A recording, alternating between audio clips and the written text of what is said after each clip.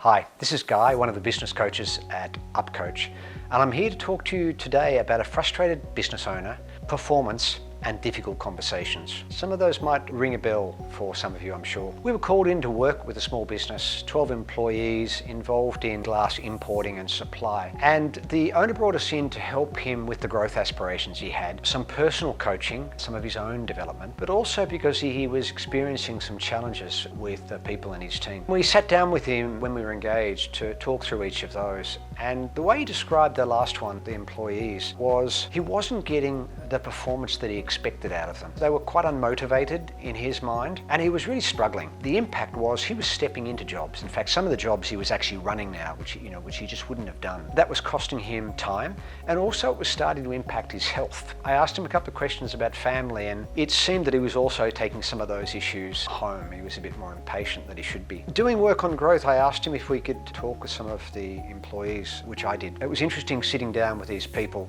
Certainly there was a trust element I needed to build, and there was some anonymity that I agreed to. What they told me was some of them were new and they weren't clear on all that needed to be done. Yeah, the jobs were a bit blurry and overlapped in places. Secondly, they had noticed that the boss had been stepping in, and it was quite disempowering for them. It was like he didn't trust them or think they had the ability to do jobs. Then lastly, a couple of them said to me, they acknowledged, look, there are some areas where they needed some help in terms of developing the skill, but given the boss was stepping in all the time, they just didn't have those conversations. We re-met with the business owner after getting this feedback. We shared it anonymously, and he was a little taken aback, to be honest. But when he thought about it, he realised he hadn't really thought about the impact that it was having on his people, him stepping in. So he agreed a number of things which he has implemented. The first one was we built job descriptions for each of the roles to give that clarity. And what was more important than the actual document was actually the owner sitting down with each of his people to run through it. And that gave him the opportunity to have a two-way conversation. And we coached him a little before he had those conversations.